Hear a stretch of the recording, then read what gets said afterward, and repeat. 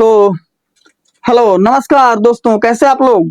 स्वागत है आपका त्यागी एजुकेशन जीरो चैनल पर। तो आइए हम बात करते हैं इंग्लिश ग्रामर के बारे में। इंग्लिश ग्रामर में बात करने से पहले हम थोड़ा सा बात कर लेते हैं कि इंग्लिश ग्रामर आपको बड़ी कठिन लगती होगी, बट हकीकत में यह है कि इंग्लिश ग्रामर बहुत ही सरल है। इंग्लिश ग्रामर के कुछ नियम हैं, अगर आप उन नियमों को समझ लेते हैं तो इंग्लिश ग्रामर इतनी सरल होगी कि आपको विश्वास नहीं होगा। आइए हम जैसे हम कुछ नियम है और कुछ चीजें हैं, तो उससे थोड़ा सा बात कर लेते हैं कि इंग्लिश ग्रामर इंग्लिश ट्रांसलेशन जानने से पहले आपको कुछ नियम आना चाहिए।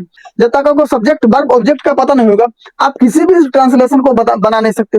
जब तक क्या चाहिए, सब्जेक्ट ऑब्जेक्ट वर्ब, यानी तीन चीज जब तक आपको जानकारी नहीं होगी, आप कोई भी ट्रांसलेशन नहीं बना पाएंगे। जैसे हम आपको देखो बता देते हैं, हम आप टेंस में बात करते हैं अगर, तो टेंस में आपने हमेशा सब लोगों को पता होगा कि टेंस तीन होते हैं।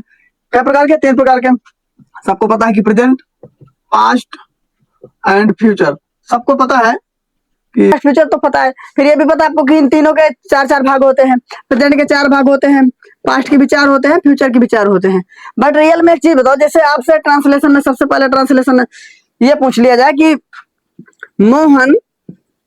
मोहन विद्यालय जाता है, तो आप लोग बताइए कि मोहन विद्यालय जाता है, तो बहुत इजी है। इजी है कि नहीं? सीधे इसमें करेंगे कि मोहन गोज टू स्कूल, ये आप क्लियर कर देते हैं। लेकिन आपने कभी ये सोचा है कि मोहन क्या है? मोहन है क्या? कौन है मोहन? गोज क्या है? टू क्यों लगा है? स्कूल क्यों लगा है? भाई मोहन तो ठीक है, इसके बाद विद्यालय, तो पहले विद्यालय आना चाहिए, बट नहीं है, इसमें गोच लगा है। जाता है तो गो लगा है। तो हम आपको बता दें, जैसे चलो छोड़ो, कुछ उदाहरण दे देते हैं, उसके बाद आपको बहुत बेसिक नियम आपको समझाता हूँ। जैसे कह दिया जाए तीसरे में, मान लो कि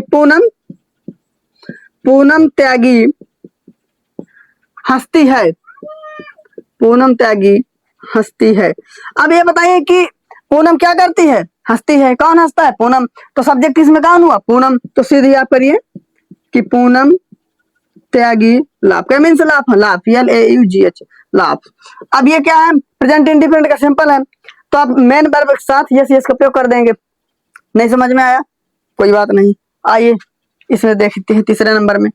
तीसरे में आप देख लीजिए कि तुम, मतलब यू, आप पढ़ते हो, मतलब कह देते हैं कि तुम पढ़ते हो, तो इसका क्या बनेगा? सब्जेक्ट क्या है? यू। ठीक है, यू रीड। अब एक चीज बताओ, अब ये रीड के साथ बताओ यस यस क्यों नहीं लगा? क्योंकि आपका जो सब्जेक्ट है सिंगुलर है कि प्लूरल है? प्लूरल है। I be you they, I be you they को इंग्लिश में क्या बोलते हैं? प्लूरल मानते हैं। ही से इट, या किसी का नाम, ये सिंगुलर होता है, एक वचन होता है। तो ये ट्रांसलेशन जानने से पहले आपको जब तक बेसिक समझ नहीं होगी, सब्जेक्ट ऑब्जेक्ट का पता नहीं होगा, आप इंग्लिश ग्रामर का कुछ भी नहीं कर पाएंगे। तो हम आइए बात करते हैं, अब स्टार्ट करते हैं हम। ये हमारे डेमो में है, और ये पूरी क्लास डेमो में आपको समझाने के लिए है। और आइए बात कर लेते हैं थोड़ा सा कि सिर्फ और सिर्फ आपको आज हम समझाएंगे कि इंग्लिश ग्रामर क्यों सरल है। तो देखिए हमारे साथ बने रहिए क्लास में, और हम बात करते हैं इंग्लिश ग्रामर के बारे में, बिल्कुल से बहुत ही बिल्कुल सरल मैं बता रहा हूँ आपको। कोई दिक्कत हो तो आप लोग मुझे बताइएगा जरूर। देखो लिख देता हूँ कि आपका सबका फर्स्ट में है, कोई दिक्कत? टेंस में आपने को भाग लिख देता हूँ। आपका फर्स्ट में आपका है प्रेजेंट, सेकंड में आपका है पास्ट, फोर्थ में आपका है फ्यूचर। कोई दिक्कत? इसके भी अब चार हैं, अभी बोल देते हूँ, 4 और 4, टोटल मिलाकर कितना हुआ? टोटल कितना हुआ आप लोग बताइए? टोटल कितना हुआ? 12। चलिए फोर्थ में आपका क्या है? Present perfect, continuous tense. तो जिस तरह से फर्स्ट में आपका है, पता ही है, देख लीजिए। प्रेजेंट इंडेफिनिट के प्रेजेंट टेंस के कितने भाग बने? बताइए। प्रेजेंट टेंस के कितने भाग बने? 4।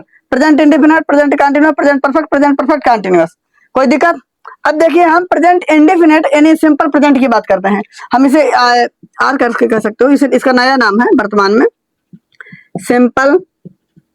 सिंपल प्रेजेंट भी इसे हम कह सकते हैं, सिंपल प्रेजेंट टेंस। तो आइए हम सिंपल प्रेजेंट टेंस के बारे में बात करते हैं। इन टेंसों को बताने से पहले, समझाने से पहले आपको कुछ चीज मैं बता देता हूँ। मान लीजिए, देखो यहाँ समझा देता हूँ, ठीक है? बताइएगा जरूर, कोई दिक्कत हो रही है? तो चलिए यहाँ बता देता हूँ। Past, past indefinite, past continuous, past perfect continuous. Clear? यही future indefinite, future continuous, future perfect continuous. अब समझ में आ गया? अब ये इनके चारों हो गए। मतलब आपको क्या है कि ये जो नेम है इस नाम को बदलना है। जो प्रेजेंट है, पास्ट है, ये तीनों एक रहेंगे।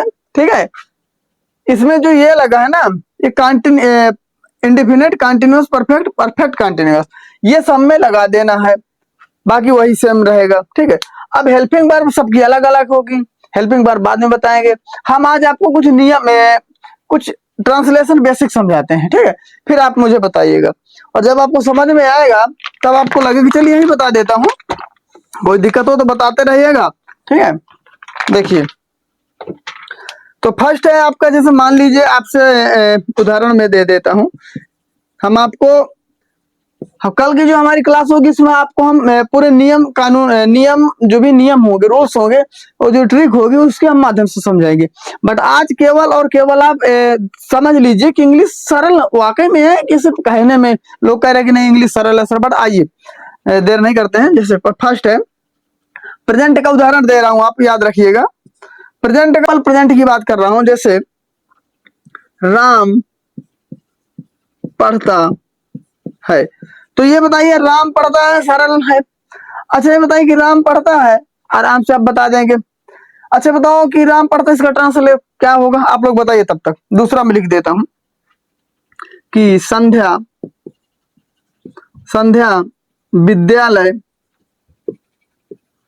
विद्यालय जाती है, इसका भी आप लोग बताइए। चलिए मैं फर्स्ट समझा देता हूँ। ये राम पढ़ता है, तो सिंपल प्रेजेंट का नियम होता है कि यदि वाक्य सिंपल है, ठीक है, यदि वाक्य सिंपल है तो जब बनाएंगे हम, और कर्ता सिंगुलर है, एक वचन का है, तो हम मेन वर्ब में यस का प्रयोग करेंगे। और यदि वाक्य हमारा सिंपल है और कर्ता प्लूरल है, बहुवचन है, तो हम वर्ब में यस का प्रयोग नहीं करेंगे।